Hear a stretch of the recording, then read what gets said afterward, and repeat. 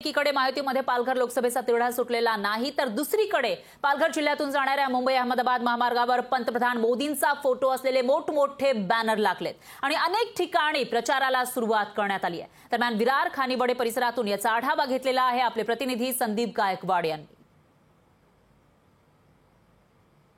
पालघर लोकसभेसाठी महायुतीचा तिढा अद्यापही सुटलेला नाहीये, परंतु महायुतीकडून प्रचार यंत्रणा ही जोमातोमाने आखण्यात येत आहे।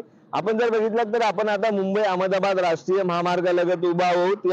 या खानिवडी परिसरामध्ये भले मोठं नरेंद्र मोदी यांचं कटआउट जे आहे लावण्यात आलेलं आहे। फिर एक बार मोदी सरकार, एनडीएला जिंकवा, पुन्हा एकदा मोदी सरकारला स्थापन करा, असं भलं मोठं जे कटआउट जे आहे या ठिकाणी लावण्यात आलेलं आहे। अशाच पद्धतीने पालघरच्या मुख्य रस्त्यांवरती असे कटआउट लावण्यात आलेले आहेत। परंतु शिंदे गटाला ही जागा पालघर लोकसभेची सुटणार की भाजपाला सुटणार, हे मात्र प्रश्न अनुत्तरितच आहेत। परंतु महायुतीकडून कुठेतरी प्रचार यंत्रणा ही जोमातेमाने होत असताना आपल्याला पाहायला मिळत आहे। आता नेमकं या पालघर लोकसभेच्या जागेवरती कोणाचा उमेदवार उभा राहणार आणि कोण उमेदवार निश्चित होणार हे देखील पाहणं महत्त्वाचं ठरणार आहे। व्हिडिओ जर्नलिस्ट आर्यनसह संदीप गायकवाड, लोकशाही मराठी, विरार।